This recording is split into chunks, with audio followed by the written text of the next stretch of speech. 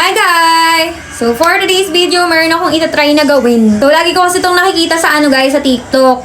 Kapag nilalagay nila yung prutas sa freezer, syempre titigas siya. Tapos kapag kinain mo daw siya, para siyang ice candy lang. Pero yung karaniwan kong nakikita doon guys, pakuan. Wala naman akong pakuan.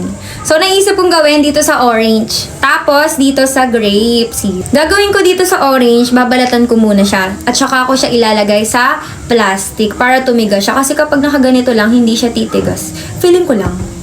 Ayan. Tapos ito naman, yan, ganyan lang yan guys. Yan yung isa kong orange guys, pabulok na to. Pero pwede pa yan guys ha, nalamog lang yata to. Balatan ko na to.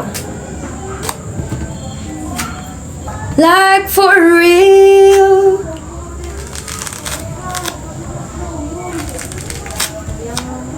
For real.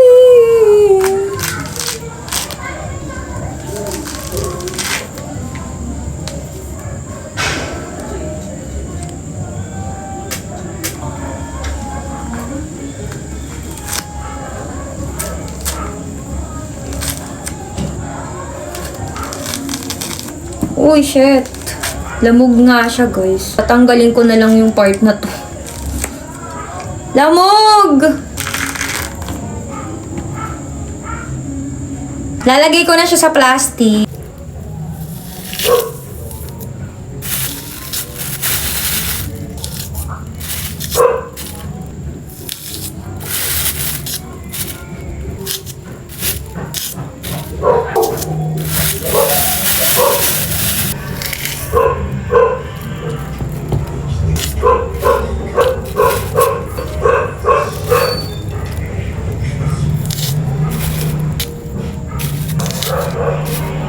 So, hindi ko na ito isasama guys. Ito yung lamog.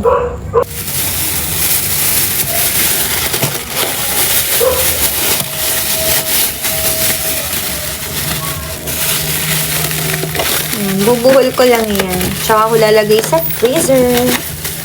Ito rin guys, ipa-plastic ko rin to.